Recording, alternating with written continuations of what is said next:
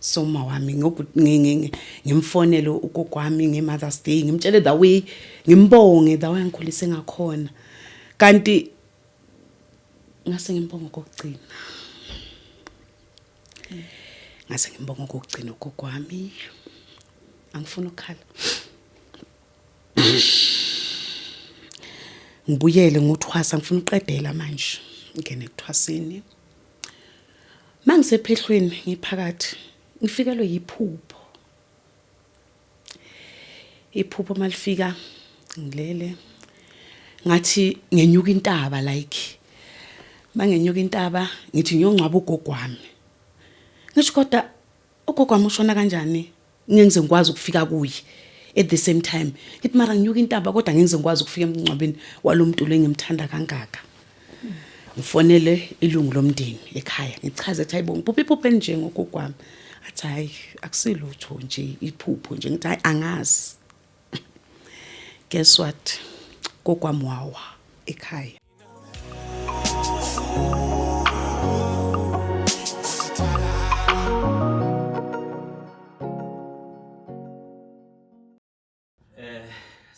sanibonani baba uSmakhaya igama lami ke mina ngokwazi ngansala ngiphansi kahle amahlathana masinibingelela lapha ku Net Podcast lapho khona sike sixoxa into eziningi ezahlukahlukene izinkinga zabantu nakho konke nje mhlawumbe kusuke ebhekene nomuntu wakithi ngezimo akasuke ebhekene nazo mhlawumbe ngabe usizo oludinga inyama umphefumulo ukuhlukumeza kanje nemvelaphi ke lapho sibuya khona emakhaya wena ke mbukele ekhaya ukungenelela ube nosizo ke nangendlela ukuthi wena ungalekelela kanjani inkinga yomuntu akasuke ebhekene nayo namhlanje ke sizoba nenye podcast engingathanda ukuthi niyibheke iyadida kakhulu i-podcast engazi ukuthi mhlambe ikhuluma ngento eziningi because ithinta inkolo ithinta mhlambe nezinto ezimvelaphi yethu nokuconfuseke ezintweni eziningi mhlambe esingathi thina abantu abaningi apha emakhaya sithi masizibheka sisithathe kancane kodwa begcina seba nemphumela emibi engekho mihle kakhulukazi ke nokuzazi ukuthi wena indima yakho njengomuntu wesifazane uyahamba uphelele kuphi iziphi izinto okumele uyithinte ekhaya iziphi izinto ongamele uyithinte iziphi izinto ezidinga abafowethu iziphi izinto mhlambe ezidinga wena njengomuntu wesifazane usumele uzenze ikakhulukazi kule podcast esobhekana nayo namhlanje mbukeli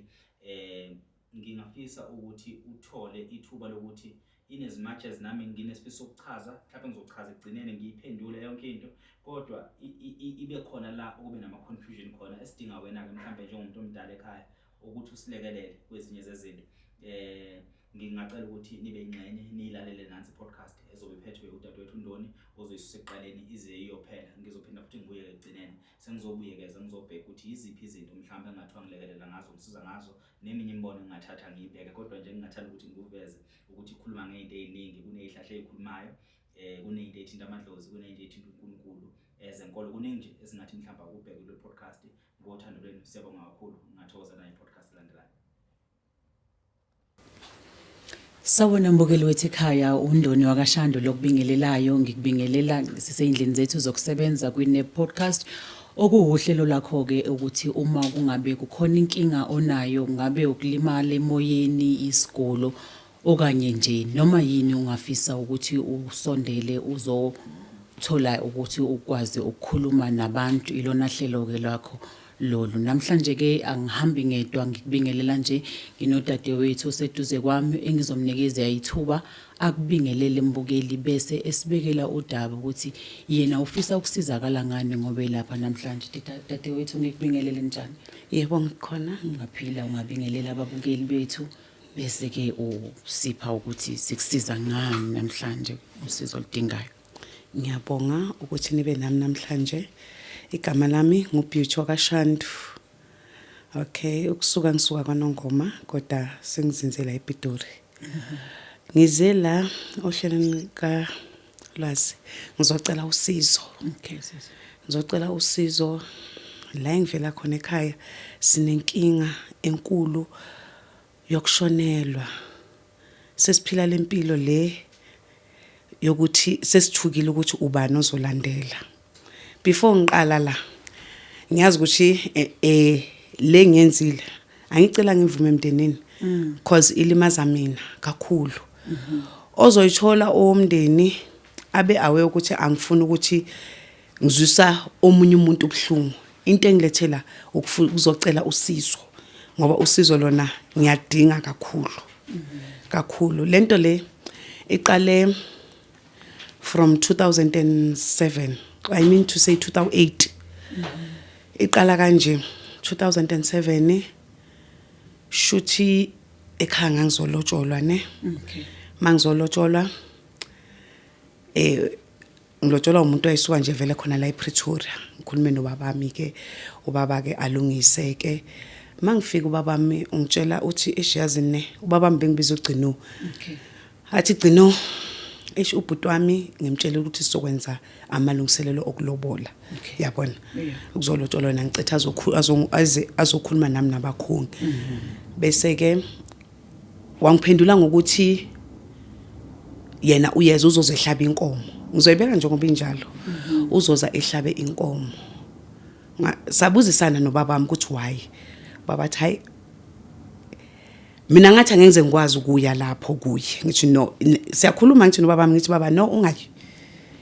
Ngivumelana naye. Lufike kusuku lokulotsholwa kwami ngilotsholo ke. Kwaku December ngo2007. Okay. Ma siqeda ngesonto ngihambe. Mangihamba ngibele ePretoria bese ngiyamfonela mase kufika. Ngithi baba sengifikile. Ubaba mathawu. Usufikile ngokusheshsha ongaka ngithi yes. Athi ukuphi? Athi ngila kubaba omncane wakho. Ngithi kanjani ngoba besivumelene ngokuthi angeke uze uye lapho. Okay, it's fine. Abe khona lapho ke. After kuye ubaba gule. Ubaba gule agule. Elokho esaba ukungifonela ngitshethe uyagula. Wangifonela wangitshethe uyagula. Ngo Good Friday ngaye eThekwini ngawumbona. Okay. Ngambona ukuthi vele uyagula. Wagula ubaba kwaya ngabuyela emuva. Nge3 zika June. Before i3 ka June, ubaba nge1 ka June. Thwe esibhedlela wayikhuluma amanyamazi ukuthi mina angisafuna ukubuka namanesi emihlweni because uLwesina ngeke ashaye ngisaphila. Ene ngempela nge3 ka June baba mwashona. Bangifonela ngiye emsebenzini. Bangitshela baba mushonile. It's fine. Salungiselela ukuthi simncwabe samncwaba. Nje sesebusuku nakimi kodwa sengikhulile but kwakusesebusuku ungakabelieve entweni eziningi. Samncwaba. Simncwaba kwakuyizi 16 zika June. Okay.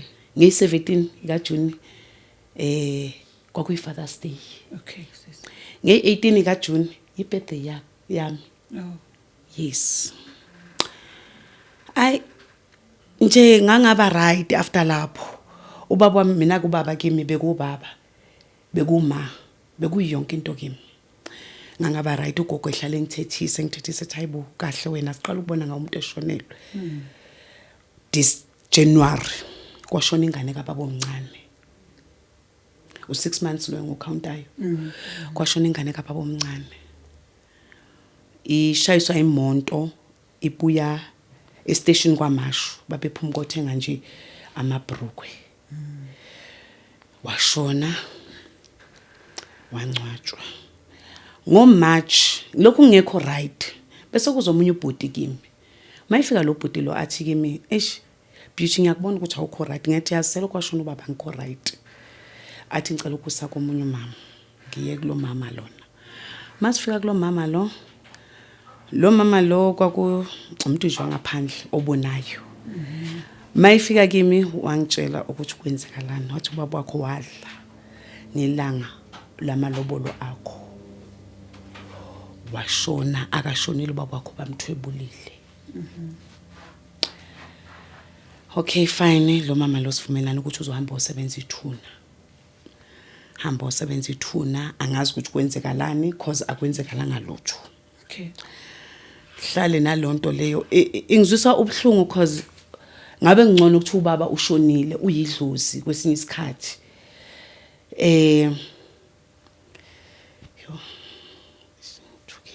Ngiyakhuleka sisi. Ngiphuza namanzi futhi anginankinga nje thatha isikhathi sakho.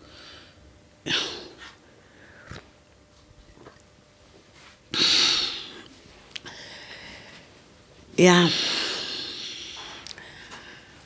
Sesinalonto lo wasebenza ke ithuna ngendlela alisebenza ngayo kodwa indlela alisebenza ngayo ayiphasanga. saqhubeka ke saphila 20, if I'm not lying, 2012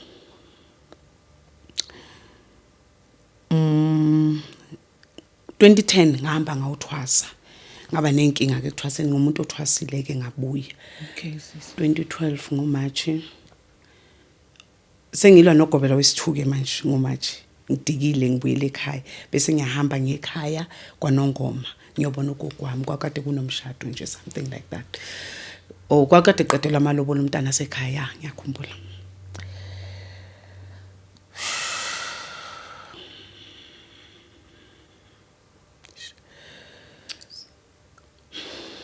Mangifike ekhaya ke ngifike ngilomuntu lo mina ngumuntu ophaphile ke Nkosi yami. Okay. Ngiphaphele mangifike ekhaya kanye sifike siqedela amalobolo kuphele mangiqeda ngithatha izithombe nogogwami ngibuyele emuva. Ugogwami ube umama kimi sekusele yena ke manje ubaba akasekho ngithi Uma ncase ukungena emlonyeni uma akasekho ma. angifuni ukukhuluma ngawo sisi wami. Okay. Uma wami Okay.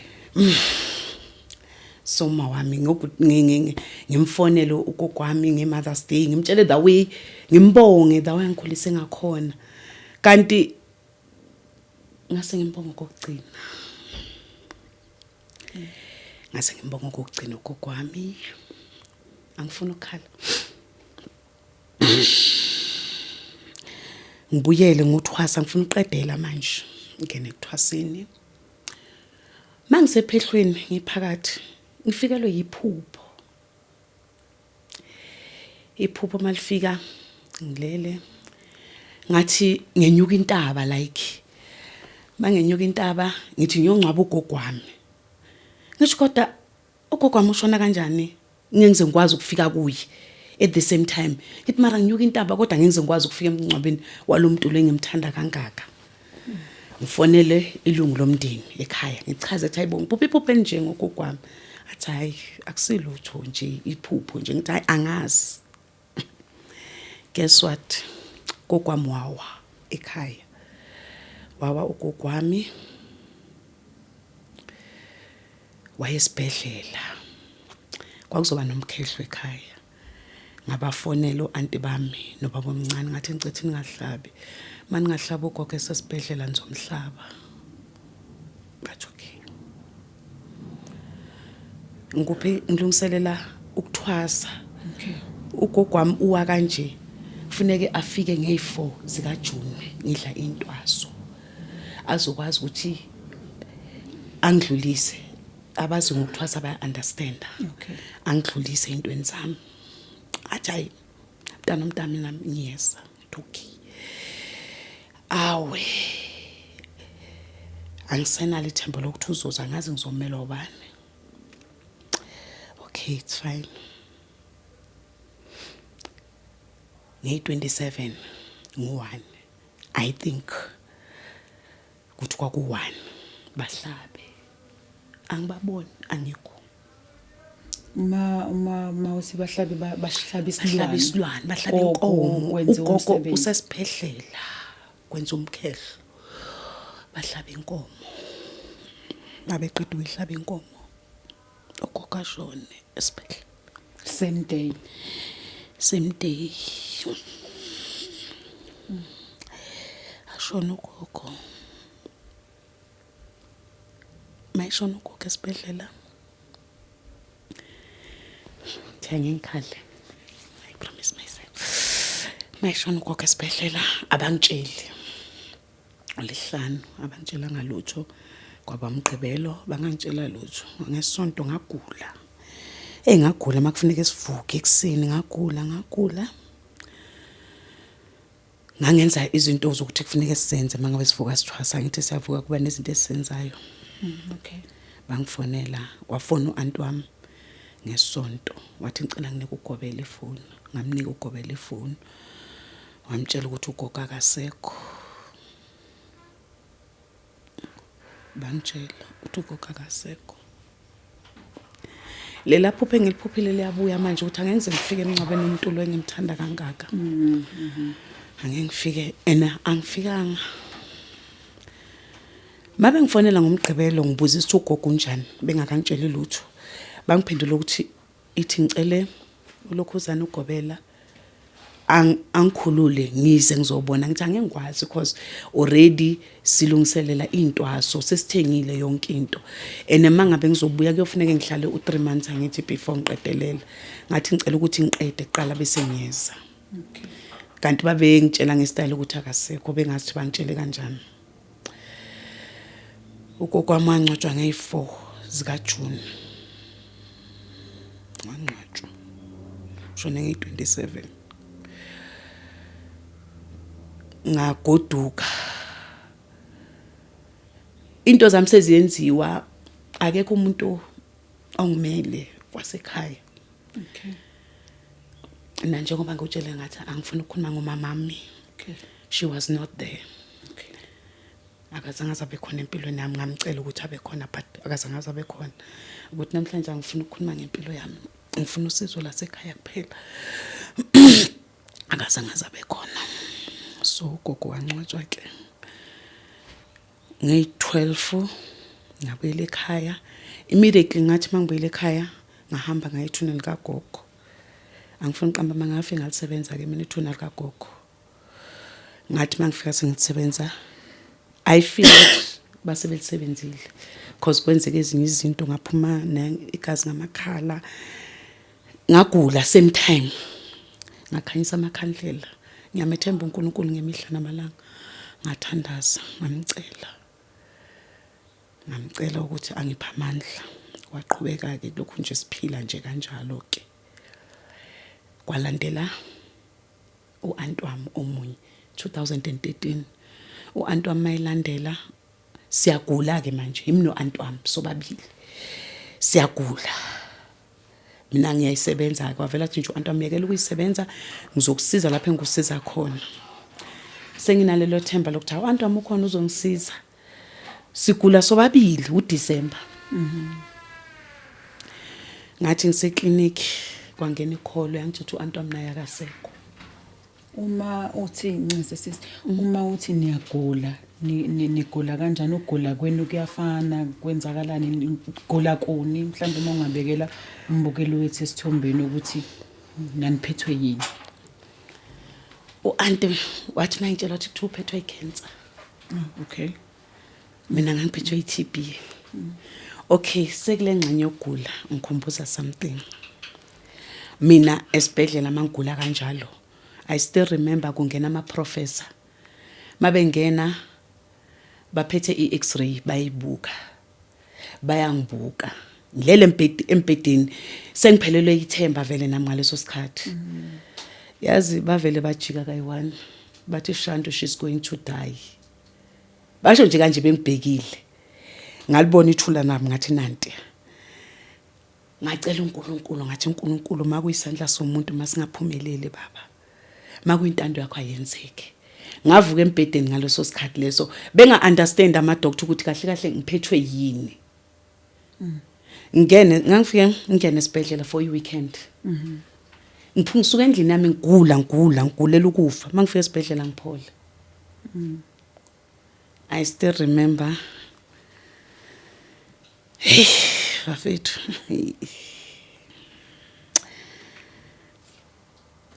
ngizoyisho lento le namanje still remember ngiphuma ekhaya nginomama umama athi gcino ngiyabona ukuthi uzoshona my mother ubona usho lokho uma ngobe kubona uyagula ngiyabona ukuthi weak angikho weak ngaleyo ndlela leyo uma wami kwakufuneka ngiqinise sisi kwafuna umama ngiqinise athi mntanami uzophola wathi ngiyabona ukuthi uzoshona athi ungakhathazeki ngengane ngizokugadela zona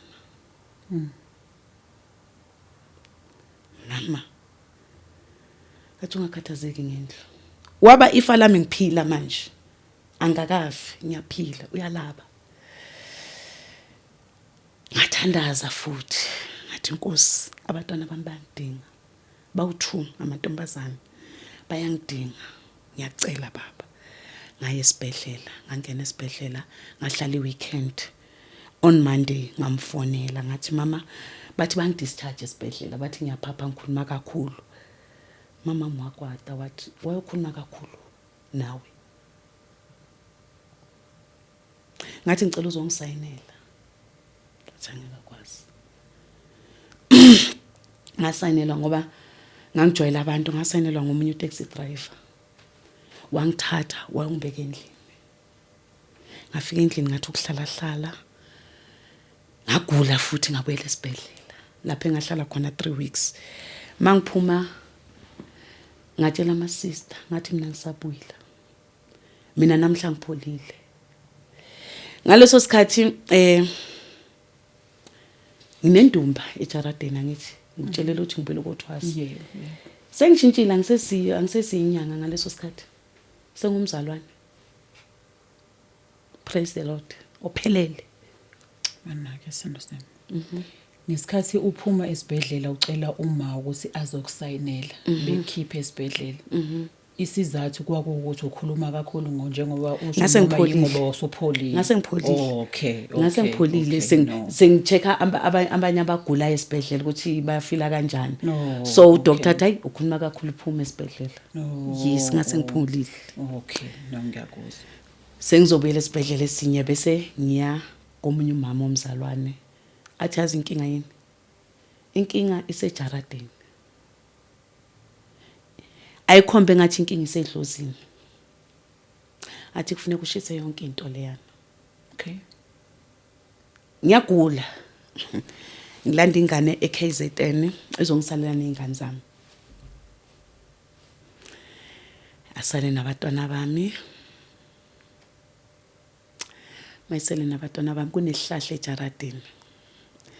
Uthi wezwa isihlahla sikhuluma ngo2. Umntwana lo kusale nabantwana. Okay. Wezwa isihlahla sikhuluma sithi hey.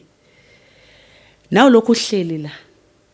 Uzogula ufane nalo sesibhedlela ongazazi ukuthi uphethwe yini.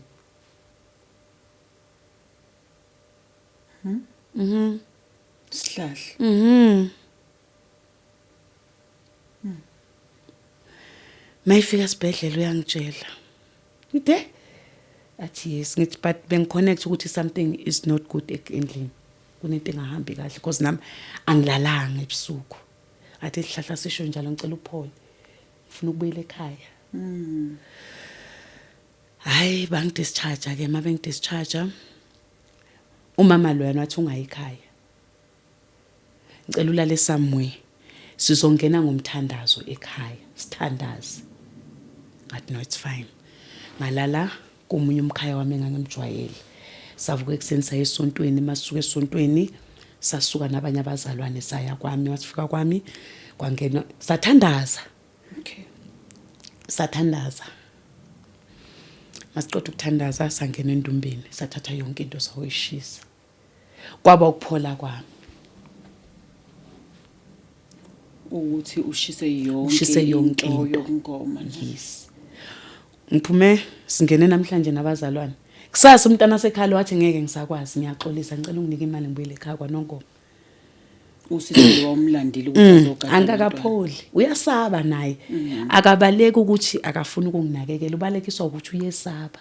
Ukuzwe isihlahla sikhuluma. Kwakusebusuku isikhathi isihlahla sikhuluma. Ngo2 wasebusuku. Mhlawumbe ucabanga ukuthi mhlawumbe umuntu owaye ekhuluma mhlawumbe. Ngicela ungimamele. Okay, uzokwazi ukunderstand. Ayike iqhubeka indaba ngihlale. One day ingane ibheka iTV. Ngiyolala mina ngithi angikho right angakabi ngiweek ngilende. Ngabo 12 something bengathi siyangivuza. Sithi kimi wena kudala sifuna ukukubulala kodwa sikukhona. Njengamanje sokulanda sifuna ingane zakho mayivuka zokuthola ungekho empedeni. Yizwi nje lelo. Yizwi lelo. Okay. Ngivuke nami. Ngiyaphi ngeminyango ngiyophuma ngithi. Okay. Yangibiza lento engibizayo. Mangifika eminyango ngiphathwe lo mchamo abona umchamo othi nje ngichame manje. Okay, yeah. Ngijike ngiye toilet ngiyochama. Mangisachama qhamukela inyizwi. Lithi mawusuka la thatha ifridge lelo uvala umnyango. Yonke into ongayiqukula uvala umnyango. ubuyele uyolala. Ngibuyele ngiyolala. Mangilala bese ngiyaphaphama. Ngathi lento ebiyenzeka into emangathi bidlala kwi-TV. Qede lapho ngifonela umama lo. Sengumzalwana ngithi. Okay. Ngimfonele ngimcela ukuthi angithandazise. Sithandaze. Yayisithi. Angifuni singene deep game kakhulu. Sithandaze. Ngishintshe. Ngifuna usizo seswami. Okay. Ngiyalifuna. Okay. Ngibe umsiyoni. Ngigqoke ibheji. Okay. Ngiyesontweni. Awa. Ngibhabhadiswe ngibe umzalwane.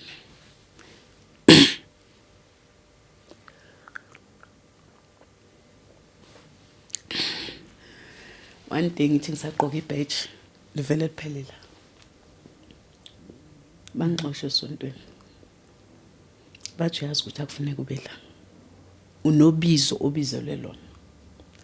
Ngathi ukuthi ngisuke lapha na bengasukelanga ukuthi ngoba ngifuna bathi kunabantu ofuneke ubasize. Ngaphuma entweni eziningi. Ngaphuma ngabuyela kuphi endumbeni yami. Sengipholile. Sengiright. Khambeke. Kushone ingane kababa omncane even though ngasakhumbula ukuthi yashona nini.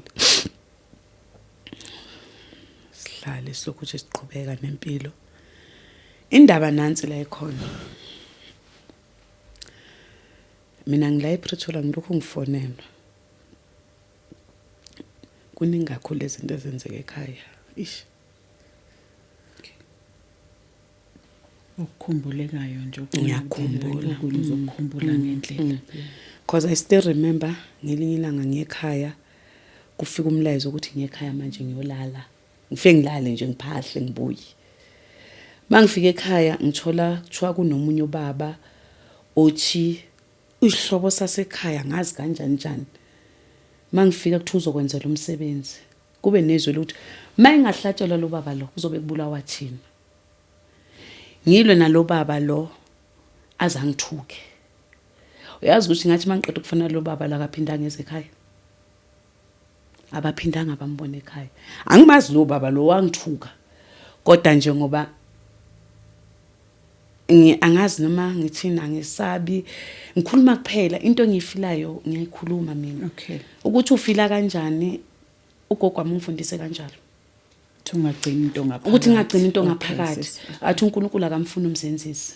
Okay. Yes. Khumbula bengifonela bengitshela ukuthi kufika ubaba omncane omunye wasekhaya encane. Wazocela ummese ekhaya ezocela ubaba omncane. Ummese lo ongaphumi engwazi ungaphumi ekhaya mina lo kuhlaba inkomo. Angazi noma nginamanga mangitha uphuma. Anginalo ulwazi. Awunalo ulwazi. Okay. Lo mese lo uphuma ekhaya. Umndeni nomndeni uba nalo mese lo ukuthi wala owakulomndeni uzohlaba inkomo la awubolekisi. Okay. Kodwa sekhaya ukho waphuma. Kuze kube namhlanje. Ngibuzisa ukuthi kanjani. Ngikhuluma kakhulu mina. Hayi kuye 2023 sinobaba omncane nginobaba omncane wami lo umuntu nje wayethandela utshwala eyiphuzela nje yabona nje lo muntu lo oyihlanyelayo nje uhlanya lasekhaya kuba nohlanya ekhaya ngithi siyazi ya uhlanya lasekhaya ke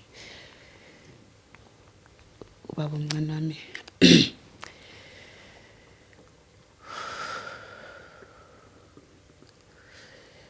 ngangekho bathi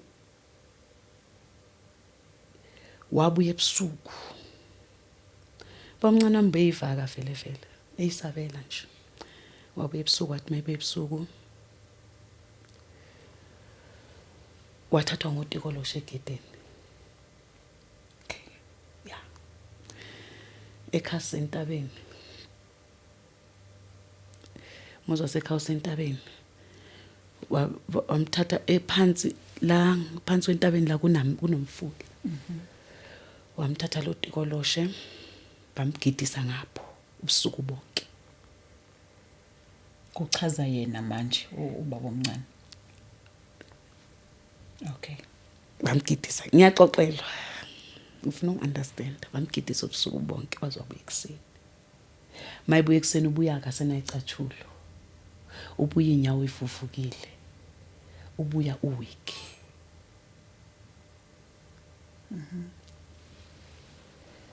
bamthatha bamsesibhedlela ufuna ukuxoxa ukuthi kwenzakalani. Okay. Akakhona ukukhuluma the way ugogo ashona ngakhona kwaba is the same story ukuthi bafuna ukukhuluma mara ngoba ugogo yena ngithi wawa egcekeni into ayibonayo asiyazi wayithi ufuna ukuyisho kodwa akakasanga ukuyisho nobaba omncane kwaba the same story wangcwatshwa icathulo singazazi ukuthi izayapi. Okay sis. Kwaba ku6 months kwashona umkhwenyana kaAnti wami lo washona 2013 lo engangigula naye. Okay.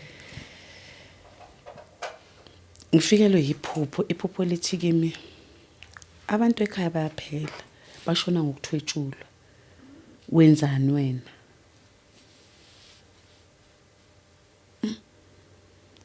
ngihluphele liphupho ukuthi awu lisho ukuthini kanti kuzoshona uAnti wami omunye olandelana nobaba omncane wami lo baba omncane wami lo ushonile ulandelana nalo Anti wami lo washona ngigula. Okay. Bashona ngokulandelana esiswini sikagogo. Okay. uAnti ashone bese ngitshela umntana sekhaya ngithi umuntu othwetshulwe uzombona ngempawu enjani ngimchazele masifika esibhedlela mabeqeda ukushona ushona nge27 naye zika December kodwa yena mayiqeda ukushona uAnti bangifonele bese ngicethi bamvala amehlo nomlomo ngokungazi ke mina ukuthi umuntu akavalwa izandla bese ngithi bamvaleni izandla abeqeda baba ushuthi wahlala isikhathi eside because abamlandi immediately ngathi bamthatha bamsa esibhedlela mabemusa esibhedlela I mean to say emoshari nge28 ngagibela ngaya eKZN ngisuka la ePretoria nge29 sihamba somchecka ke esibhedlela masifika esibhedlela ngibona imlomo iyelo bese ngibuze sathi lo bhuti lo ngithi why imlomo iyelo ngathi yabona amafutha amayishile injalo lo bhuti lo aphendule ngokuthi ke kwenzeke athi ubevula amehlo nomlomo nithi kanjani kuyenzeka into efana nale wathi kuyayikwenzeke kodwa akujwayelekile ngithi okay sharp sengiyamonitora ngendlela yami ke manje. Okay. Unojuice oyaso ngibiza umntana sekhandi umntana sekhayathi yini ngithi hayi bengikukhombisa bengafanele ukuthi abe nje because uhlala isikhathi eside before bezomthatha bengafuneka avuleka amehlo sengibonile ukuthi uthwetshulwa ngithi Okay. bese kuba necolleague yakhe ethi ngicela ufonele usomeone maybe ungamngcwaba uma wakho kanti akashonile. Umama lo akuseyena umama olandelana nobaba omncane uAnti. Okay, uAnti. Bese elokho emfonela lo baba lo emfonela abazani uthatha isikhathi ukuconnecta efonini nomuntu ongazani naye bese lo baba lo mayiseqala ukuconnect yazi kini banibiza ngumthwebulo umntana sekhaya ngasikhathi lesenzani esedikile ngasafuna ukuzwa ngithi okay sharp ngizokwenza ngendlela zami nami engisazi ukuthi ngivusa uAnti u2024 lo esimkhulumayo 24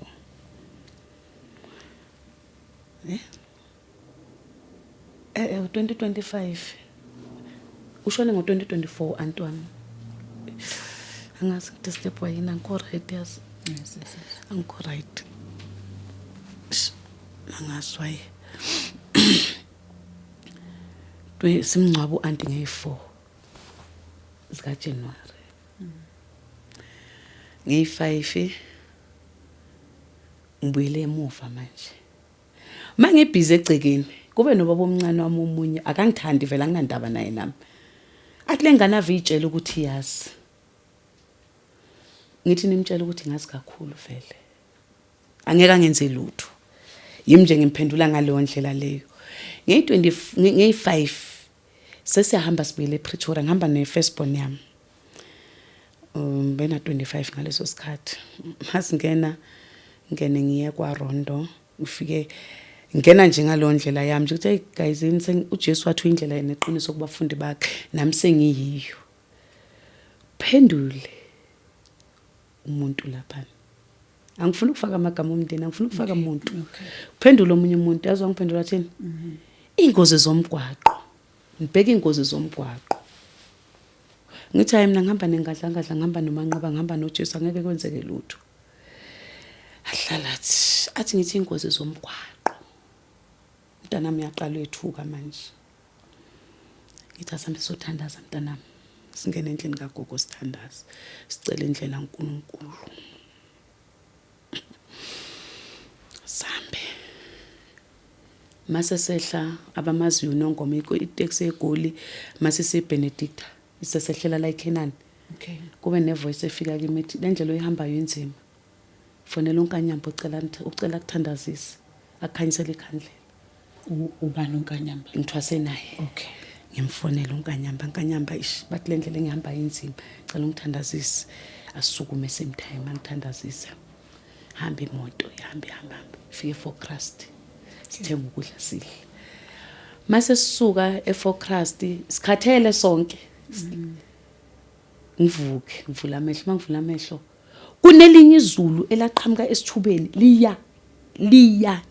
liyana ayindaba okudlala ku overtake iQuantum mayifika iQuantum le mayiqeda overtake mayifika phambili ifike igudle emgwaqeni lo laba ba break iQuantum yethu iza igijima mayifika kwakufuneke ishayile imoto le imoto engake iQuantum phambili kuneimoto ezo4 yawushaya imoto ezo5 udriver ngokusheshsha ayijikisa imoto aphuma emgwaqeni mayiqeda ukuphuma emgwaqeni ithi yawo imoto ayibambe mayiqeda ukuyibamba aphuma wemaphambi kweQuantum limizulu uthule lithi du udriver vula umnyango aphumele ngaphandle awusho uvuleke kanjalo abamba ikhanda bonke abantu emontweni bathukile manje uthi hayibo kwenzekalani omunye ubaba athi yo abuka isikhathi athi 2:30 athi lezi zinto siphila sibona ku TV namhlanje bekuzokhulunywa ngami nakuma TikTok ngithi yazi ne guys inasithandazi bathi ubani ongadlulanga kwaRondo wakhuluma wacela emsamo ubani sesiyabukana nengane yami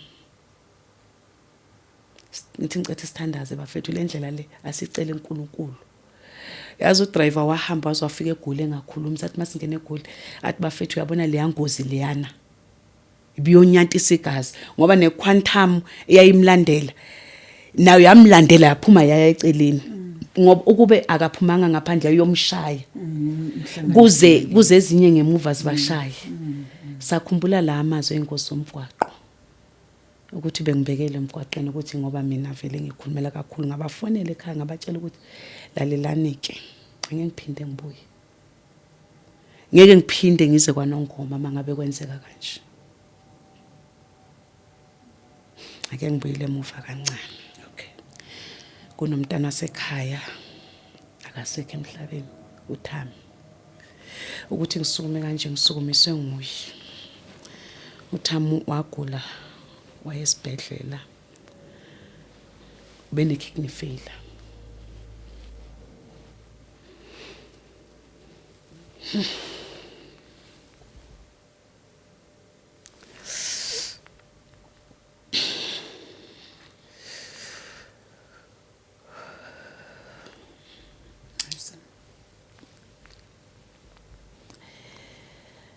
uthambene kidney failure uThami nangamchaza kimi ish ubabhuti wami ubomngane wami ube shoulder to cry kimi because I still remember mangifika kuye ngoNovember esibhedlela eEdenton ngombona wafika wathi ngithi yini kwenze njani kuye athi ngiphethwe isisu. Ngithi senza njani?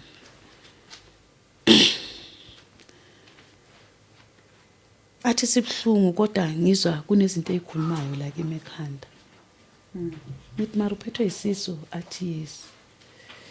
Ngithi ku strange ke. Athi jwayele ukukhuluma. La kimi ekhanda. Athi gcina, ngithi athi ngicela nihambe nengumuntu. Nongifunela usizo. Okay.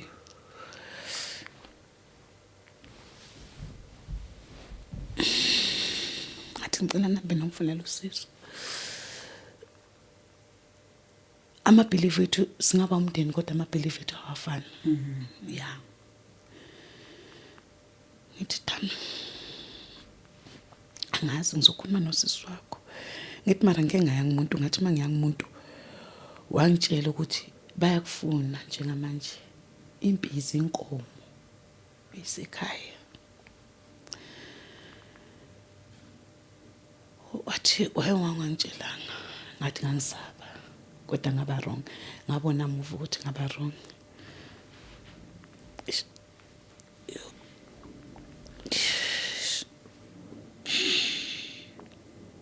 Uzizwa kahle sisi njengamanje? Alright, yes. Sizokwenza njani sokwazi ukuqhubeka noma uthatha office break kancane? Ithi siqede cause uthatha ibreak mhlambe ngiphinde ngibe nje ayibona njani. Okay sisi. Mawukuthi usazokwazeka nje singaqhubeka kancane. Uthatha isikhathi sakho nje ungayijahi kakhulu.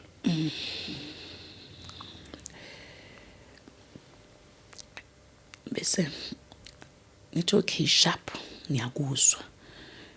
Ngisuke vele ngiphathele mina into zami isiphika nje neduku nokokwembatha ukuthi ngizothi mangifika ulandle ngifike ngicele uNkulunkulu ukuthi akampholisi. Okay. Ngene olwandle ngempela ngithandaze ngimcela uNkulunkulu.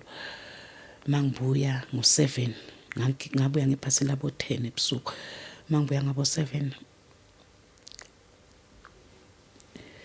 athi awubuhleli sonke lesikhathi ngithi hayi ngihlangane nosisi wakho sihambe nosisi wakho sayo ulwandle nje sase sihamba nje silula inyawo ngikwazile nokungena ngithandaza ngicela uNkulunkulu ukuthi akupholise. Athi okay bese siyaphuma. Into yangijabulisa lapho yaba yodwa ngathi mangena nje ngePretoria wangisendela umessage wayengasayiphathi nanefoni. Wathi uhambe kanjani? Ngathi ngihambe kahle ngifikile. Wathi kungcono. Ngithi hawu usuphethe ifoni. Athi yazi ngizizwa ngengcono. Ngathi uzizwa ungcono? Wathi yebo. Ngathi okay ngiyabonga mawungcono. Kwaba ngathi uba ngcono ke ngesikhathi ke sekuya sekushona uma wakhe. Washona uma wakhe samcelela ipass out esibhedlela ukuthi akwazi ukungcaba uma wakhe. Wabuya ngoJanuary wabangcono. Waphuma esibhedlela bamdischarge. So eselokho eya nje ngama Monday and Thursday kulokhuzana kwi-appointment yakhe. Elokhu Thami ethi kimi yazi uzoyibulala mina.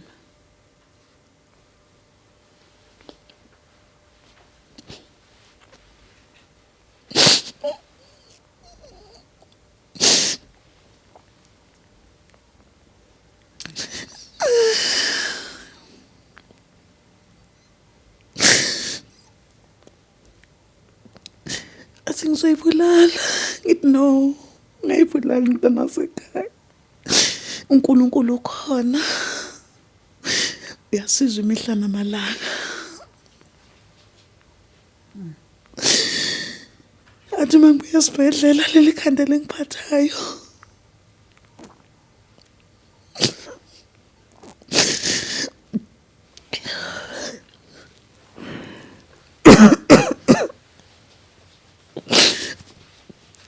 Athi ngiphathwa ngelinye ikhanda. Aselingiphethe. Angikhona ukukhuluma.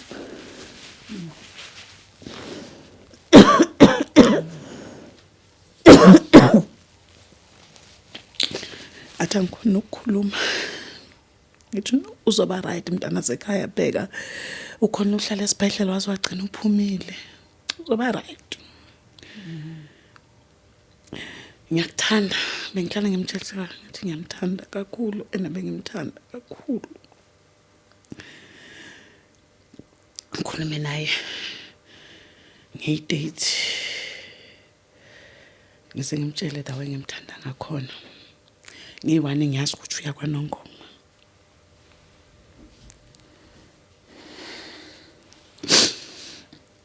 Singakhulumi ngeyi-1 nangeyi-2 singakhulumi sikhulume ngeyi-3 engifonele athi kimi wena ngikhuluma nawe every day awungitshela ukuthi wenzeni la ekhaya. Ngithi hayi ngakutshela bengifake itshe lika baba ngathi ngakutshela ngizofaka itshe lika baba athi uvela wangishaya ngebhomu ngibhomile sisho kanye kanye sithi bhu yabona lo bhu sihleke.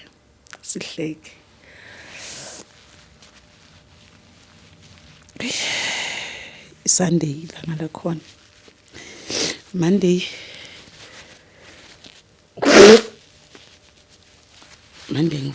ngithi umntanami ebusuku mina ithi ngiyosheshe ngifuna ukusheshe ngidaleke namuhla. Athi ufuna ukusheshe ulale ngithi yebo ngifuna ukusheshe ngilale. Kusasa ngifuna ukufonela uThami angixoxe ethi uhambe kanjani kwaNongoma nje sixoxele nje sigosiphele nje ama-jokes abe khona lapha na because bekunomsebenzi ku-aunt wami. Athi okay ngithi yazi I have a plans for ibirthday yakhe yeza ngo-October sikhulume nomntanami silale.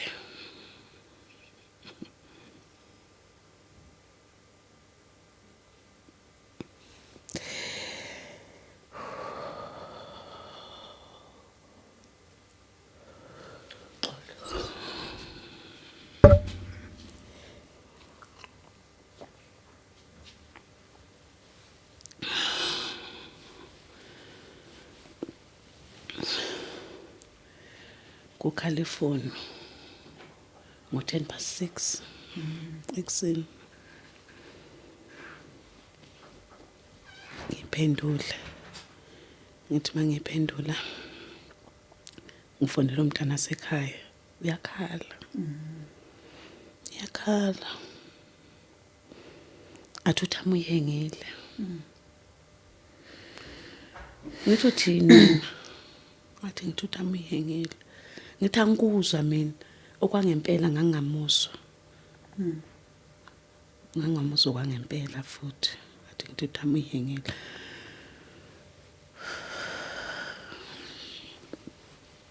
Ngidrop ifoni ngifonela uThami ngifuna ukuzwa ukuthi Thami bayakhala ekhaya usuke ekhaya bakhalelana kwenze njani. Awukholwa lokho umntwana akushoyo nje Angimuzwa uyakhuluma yazi lento ukuthi umuntu uyamuzwa kodwa umuzwa awutholi kahle ukuthi kanjani. Angayiphendula ifoni ngifonele omunye umndeni mangifona mngani wami ngithi awumancane ngomngani wami kuyakhalwa ekhaya kukhalelana kukhalelana athangazi phinde ngifona yini kwenze njani athi uThami uyihengile. Ngithi yazi mina ngikuza lento yakho nje angizwa ukuthi uthini. Athi fonela uSibare ngifonela Sibare kwenze nje sengiyakhala nami. Sibare athi ukhalelana ngithi ngikhala ngoba ekhaya bayakhala athi bakhalelana ngithi angazi kodwa bayakhala. Athi hayi ngithi fonele ekhaya ubuzise afone. Athi hayi manje inamba zasekhaya nginazo bese fonele efonini kaThami ngenhlanhla abayiphendule. Bamtshela bathi uThami uyihengile.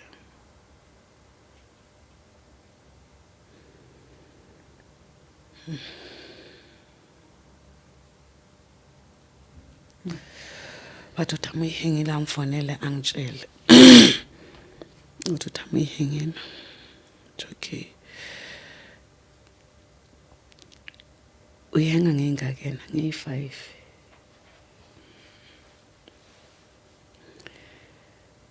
Kulungiswe ngendlela kulungiswa ngayo. Ubhalile ke nelokhosana yakhe ukuthi umngcwabo wakhe uhambe kanjani. Okay. Ushilo wathi uzoyibulala. Mangithi ngiyabuka after i-funeral kuze nye cousin yami kimi ithi hawu gcina uyayibona lento eyenzeka la emndenini. Ngithi yipi? At every 6 months kuyashona la ekhaya. Ngithi usho kanjani? Athi umalume ushone sesibuka isiseduza ngithi manje leya ngemuva asiyibonanga. Sesibuka from 2023. Okay, Athi buka ngo2023 kushone umalume wakhe namembhekile ingane kaAntwana. Athi kwashona ubaba wami ngoJune July somewhere there. Athi kwashona umamncane usho umama umuntu oshone ngoDecember umama kaThami. Athi buka manje sekushona uThami. Lento le iba igap ka6 months. Ngithi wayikhuluma ngayibona yazi. Athi ya injalo. Ngicela ukuthi ukuyibuke ngelinyiso. Yabona ukushona kaThami even manje ngihamba itherapy iyengisizayo.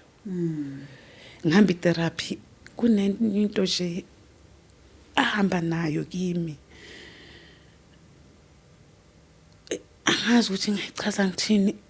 Ngiyazama ukuhila kodwa angikhoni cause kunezinye izinto engangiyikhuzile before izoshona ngathi ngicethi bahlukane naye ene bekumunye umuntu ukuthi ube khona mawufika nawe kuye ubuzothola ispace sakhe. Okay. Uzokwazi ukubeka endaweni yakho. So la ngizocela usizo lokuthi bake basisize kuvimbeke lento after kushona uThami kwafa inkomo. Okay. Inkomo yazi ukuthi isuke ibulawa yini inkomo ifa kuphela ekhaya. Cha sasi. Kwesinye isikhathi isuke ivimba umlingo okufuneka ungene ekhaya. If I'm not wrong. Okay. Yeah, kwafa inkomo bese ngiyapho. Before ngizoya emncwabeni kaThami ngaphuma mina. Ngawucheck futhi umuntu engisebenzisana naye. Mangena kuyathi uyaphi? Uyazi ukuthi kwenzekalani. Uyazi ukuthi lento leyenza ubani. Ngathi ngizofuna iclosure. Athi iclosure yipi into engatshela yona ngathi ukhumbule nangoJanuary ngicishe ngangabuya. Ngifuna ukwazi ukuthi mangiya manje ngizobuya. Athi iya uzobuya. Athi mara ngicela ungenzele umuso wodwa nje. Mawufika kini ungakhulumi. Bakulindela ukuthi uzokhuluma. Umbuzo lo ufuna ukubuzisa ungawubuzi. Umbuzo engangifuna ufike ngibuzisa umndeni wami. Engangifuna ukubabuzisa wona. Ushonile uThami. Uyikhungile. Basukumile nibawo-check ukuthi why. Basukumile. Bathi ungawubuzisi bangimele.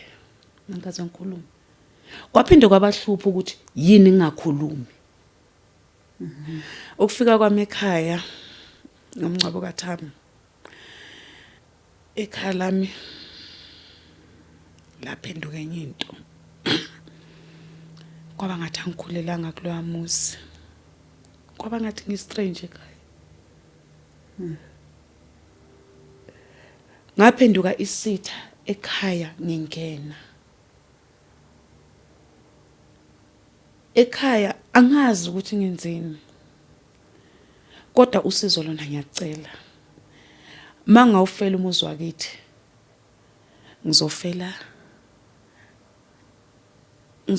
ekuphumuleni ngoba bengilwela umuzi wakithi. Angazi ngayichaza kanjani ukuthi ngizofa ngijabule. Yeah, ngizofa ngijabule ngoba ngilwela umuzi wakithi. Mhlambe uma mayingakhona indlela yokuthi sithi ukuyicacisa ukuze umbukeli owethu ekhaya azoba nesithombe ukuthi ngesikhathi ufika ekhaya mawuthi waphathiswa kwestranger kunezinto ongakwazi ukuzenza noma mhlawumbe izinkulumo ezakwenza wangazizwa usekhaya. Inkulumo lento le iqale ngesikhathi esizongcwaba uanti. Okay.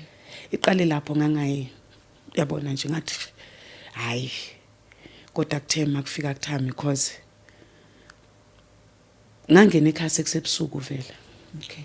And babengasithembi nokuthi ngiyongena ngabaphendula ukuthi uThami ndawo engimthanda ngakhona akunakuthi bengahlala ngingezi ukuzomncwaba ngoba ngisho naku ilokhuzana yakhe idiary yakhe dawo ebhale ngakhona wazi washo wathi nje ngicethe ukukhulume ngami ngihlalile nawe kakhulu ngoba kumuntu obevela afike nje azongivakashela angagcina ukuthi ngicethe ukuzokuvakashela befika nje. So ngathi mangifika ekhaya ukwabona ufike kini usabe ngisho uphathe inkomishi thatha inkomishi ngafila leyo feeling leyo ukuthi abantu mabengibuka ngathola nga-understand ukuthi kwenzekalani. Kuningi nje okwangizwisa ubuhlungu ukuthi kungathi kuyangikhipha ekhaya bayangikhipha ekhaya ukuthi ngibe ngomunye wabo. Okay. Yeah. Abakukhiphanga ngamazwi feeling nje wabanayo wena noma ubuka izinto. Konke. Okay. Uyayazi lento lo ukuthi mangabe ungena endaweni abantu bekade bekhuluma ngawe ukuthi kubanjani. Okay. Yazi lento le. Kaze likutshele nje. Likutshela ngoba dawe engangifike ekhaya ngathi ngifike emzini engawazi ngakhona ngangihleli nomntanami. Sihlalele soyi2 nokudla ngingakufuni ngibona ukuthi la ithi kuncwatshwe qedwe ngihambe. Okay. Dawe kwaba ngakhona. So mangihamba ngibuyela kulomuntu lengihamba kuye wangitshela ukuthi next target umuntu osele ekhaya. Lela khande la shaya uThami selishaya yena. Every day ngibhalela ku Facebook esikhathi sakhona esiningi angitshela ngiphethwe ikhanda. Umuntu wasekhaya lo Ilasbon kaGogwami. Dile nje. Okay. Ilasbon kaGogwami. Ubaba omncane wakho kusho. uAnti wami. Wesifazana. Yeah. Ngo-April kwenzeke enye into ucishe wabulawa endlini elele. Okay. Ubulawa kanjani? Kunento ayikhulumayo yafika kulomuntu lo. So kwafika omunye usisi wathola kwenziwa itulo kukhulunywa ngayo ukuthi uzobulawa bazomgenelela ebusuku. And into ebhlungu kube bangena ebusuku bambulala uhlala nengane umzukulu wakhe ona 9 years. Babe ngeke bamshiye lo umzukulu wakhe angithi. Lapho kwagcina sengenelele nenduna. Induna ethi mabe ngoba ikhuluma into ekwangafanele ukuthi ayikhulume sobethi bambophisa. Ithi ngiyavuma ukuthi bakubophise. Kodwa ngizocela ukuthi mabe kubophisa lento le idlule kimi. Mabe nginika incwadi lethe kimi. Okay. Ungayithathi wena. Okay. Ukuthi ukwazi ukuthi ube safe. Ukube lo muntu lo wayengatholanga belibeka itulo lakhe. Lo April lo kwaku 6 months. Ngabe sikhuluma enye indaba manje. Yeah. So mina nje usize ngicela ukuthi bathini kusami sengijwayele ukukhuluma isitswana. Leli khanda leli elikhona. Because mina ikhanda leli leke langiphatha bethi bangihlanyisa ngo2024. And mase likuphatha ebusuku awulali. Okay. Angeke ubone ukuthonga. Kuba nezinto ezikhuluma la ikhanda lakho. Nalomese lo owathathwayo ongaphuma ekhaya. It's just that I understand ukuthi kanjani. So uma ukhuluma ngomese ubona ukuthi mhlambe noma isinto sithi awuphumi nje ngoba mawuke waphuma kukhona ogulayo noma uyaganga so uyaganga. Yes. yiwo lo hlabaye ekhaya. Okay, ngoba umuntu akawuntshontshanga wafika wazawuboleka. Akukho lula yini ukuyocela usibuyise? Akawubolekanga. Okay. Ngathini akawubolekanga. Ngisho futhi ukuthi untshontshiwe. Ngoba ufike ekhaya wathi ummese wakhe. Kanti lo mmese lo wathengwa ubaba wami before ezoshona. Ngoba uthi uyabahamba nabantu sisi. Uma befika ukubekhula abantu basho sona isikhalo sokuthi isikhalo sommese noma Ummese. okay Ummese. Ngisese lapho ngoDisemba bengiyovakasha ekhaya komama lami eMarket. Before ngizoya ngiphupha ubabami. okay Ubabami bena 17 years ashona last year. okay Ngathi bayamumba ethuneni. Mabe mumba ethuneni uphuma usagqoka ingubo the way ngigqoke ngakhona impahla. okay Nenyama ise the way ngakhona. okay La ngihlupha leli phupho leli. Ngihambe ngeMarket, mangifike eMarket ngiphupha ubaba wami ngijabulele. Ngitshela mamncane nami ngithi mamncane yazini ngiphupha ubaba ngijabulele. But I don't know how because ufune ngabe ngijabulela idlozi lakini ukuthi ngifikile. Wayengibona ubaba wami bese sikhuluma ukuthi akuphume uzwe ukuthi kahle kahle yini ube nephupho ukuthi ubaba wakho umbone ephila kanjani njani yabona. Bese ngiyaphuma ngiya komunye ubhuti nje. Mayifika lena athi ubaba wakho uthwetshulwe wathwetshulwa ngithi yangiyazi. Athi bese sebemfake isipikile ekhanda. Sebemnqonqothela isipikile ekhanda. Kodwa abakamfumbathisi ngoba unenkani abakamsiki nolimi ngoba unenkani. okay khona into ofuna ubathiswa yona Angazi ngathola lapho ukuthi kufuneka ufumbathiswe. Athi unalento leyo ukuthi wena uzokwazi ukumsiza. Uthi kudala 17 years yonke ngizama. Angazi ukuthi ngimsize kanjani. Bese ngimbuzisa ngithi okay shapu ngiyezwa ngobaba wami. Ugogo wami kwenzekalani ngaye. Athi ezinye izinto uzoyibuzisa uzazi. Bonke abantu abashonile kini abashonile bathwetshulwe. Athi the way nabeleke ngakhona emndenini wakho nabelwe kunalabantu labo ukuthi uthole kule mizi lengancwa ngcwatshwa babele ukuthi baphile isikhathi eside. Athi nala athwetshulwe khona usazophila usazobasebenzela because asikaka sekude ukuthi kufike isikhathi sakhe sokuthi afi. Athi umndeni wakho wabelwe isikhathi eside ukuthi uphile. okay Babakhathela impilo. okay So lo sele ekhaya uhlushwa ikhanda.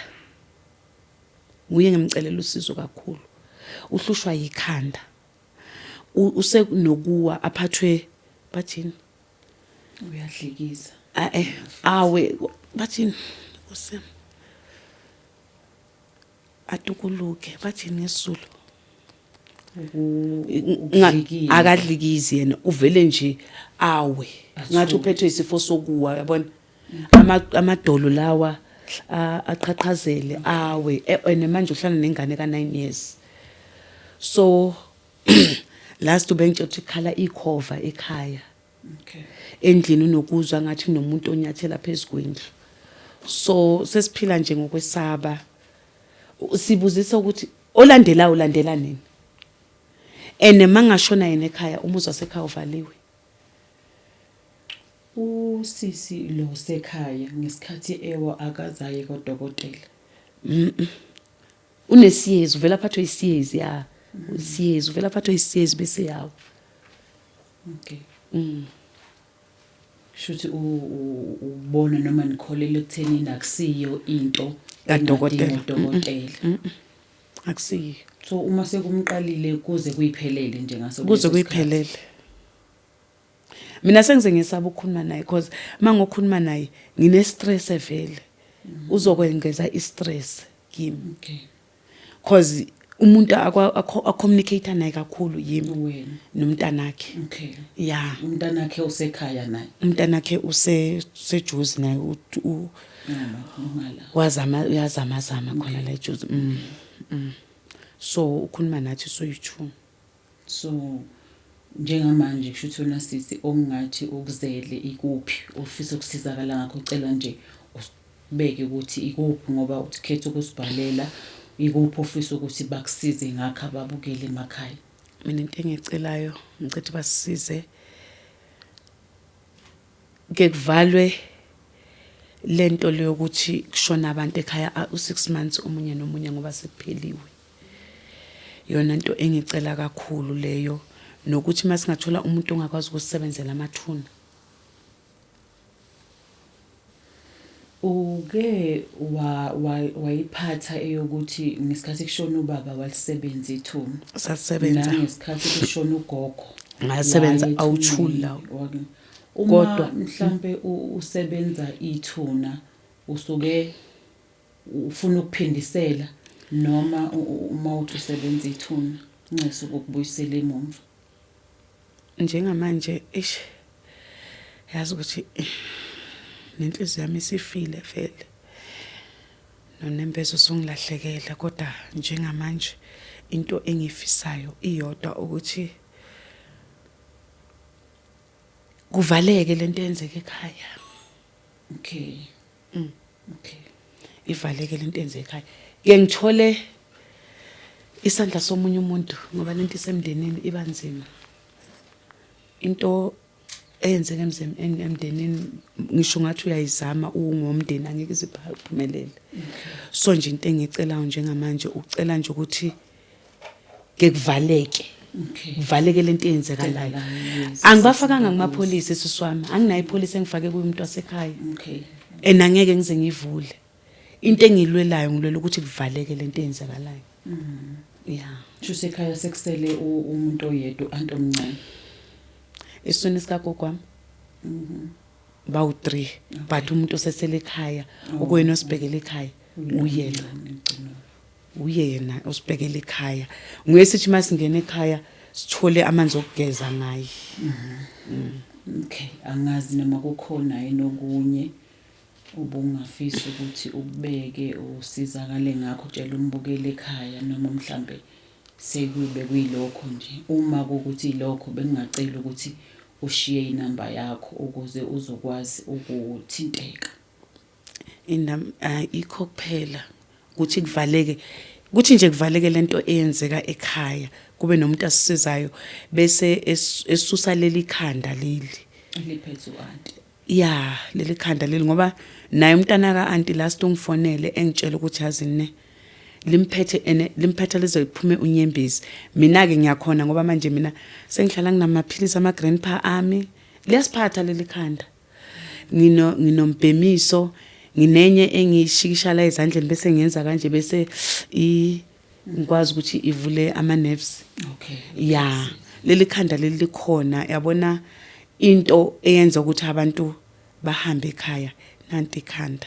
So mangasizakala nje ukuthi Nkosi yami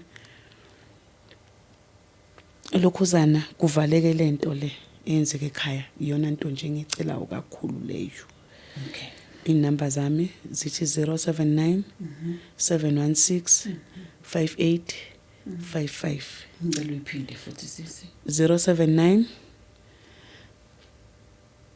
716 5855. Nisho isafana nasekuqaleni. Yeah, iyafana. Okay. Iyafana.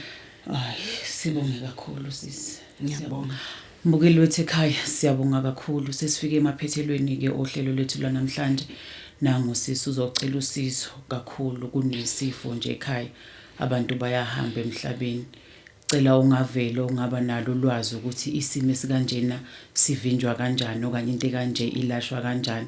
Nikwazi ukuthi nisondele nimthinte usisi enambeni yakhe yocingo le yasesinikeze yona njengamanje. Siyokuthokozela kakhulu uma ukuthi usisi uyobuya asitshela ukuthi hayi ulitholile usizo isithe besihlasela ekhaya usisingcono kakhulu. Ngiyabonga kakhulu umbukele ekhaya ube nosuku oluhle siyabonga.